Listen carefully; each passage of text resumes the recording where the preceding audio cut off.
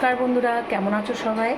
আজ তোমাদের আমি একটা মিষ্টি রেসিপি দেখাচ্ছি, যেটা মাখা সন্দেশও হবে, আবার একটু বেশি শুকনো করে দিলে কালাকান্দও হয়ে যাবে। সব ঘরোয়া উপকরণ দিয়েই করব, শুধু দুধটা তো বাইরে থেকে কিনতেই হয়, সব ঘরোয়া উপকরণ দিয়েই করব। এটার জন্য লাগছে, আমি 1 লিটার দুধকে অনেকটা ঘন করে রেখে দিয়েছি। এই যে দেখতে পাচ্ছ, একদম পুরো ঘন করেছি। এটাকে আমি জাল দিতে আবার একটু ঘন করতে হবে, সেটার জন্য আমি জাল দিতে বসিয়ে দেবো। ভালো করে ঘন করে নিতে হবে। এটা প্যাকেটের দুধ ছিল আমার। আচ্ছা, এটার জন্য লাগছে আমুল দুধ, এটাকেও আমি গুলে রেখে দিয়েছি। আমুল দুধ, এটাকেও দুধ দিয়ে ভালো করে ঘন করে গুলে রেখেছি।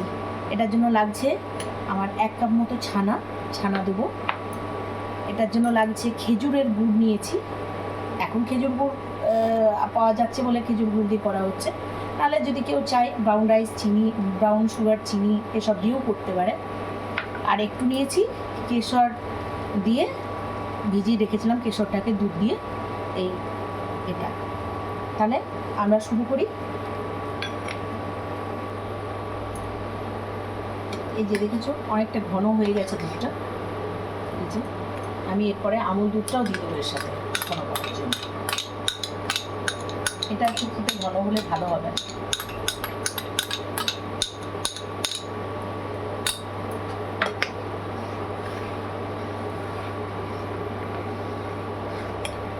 গুড়টা দিয়ে দিলাম, কারণ একটু বলতে হবে গুড়টা।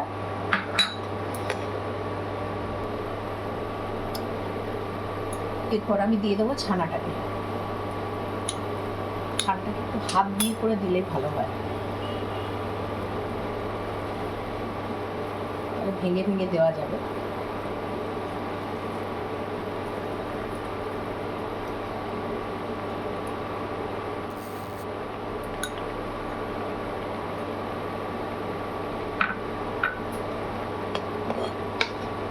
এরপর শুধু এটাকে নেড়ে আমি ঘন করতে থাকবো, ব্যাস।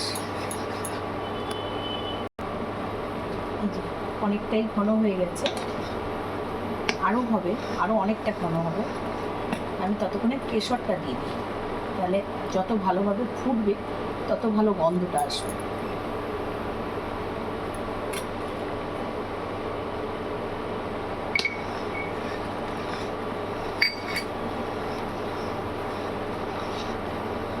কেশরটা দিলে স্বাদটা খুব ভালো হয়। এই যে বন্ধুরা, রেডি হয়ে গেছে। এবার শুধু একটু ভালো করে শুকনো করে নিয়ে, শুকনো হয়েই গেছে, এবার শুধু নামিয়ে একটু ঠান্ডা করে তারপর সার্ভ করব। এই যে একটু বেশি শুকনো করে নিলেই কালাকান তৈরি হয়ে যাবে। একটু বেশি শুকনো করে নিয়ে একটু রেস্টে রাখলে, ফ্রিজের মধ্যে ঢুকিয়ে রেখে দিলেই কালাকান তৈরি হয়ে যাবে। এটা আমি মাখা করব। এই যে বন্ধুরা, রেডি। এই দেখো,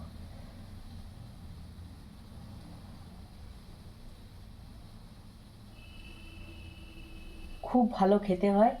মিষ্টিটা যে যার মতো করে নিজে যে দিয়ে দিতে পারে, খুব ভালো খেতে হয়। এই যে পুরো মাখা সন্দেশ।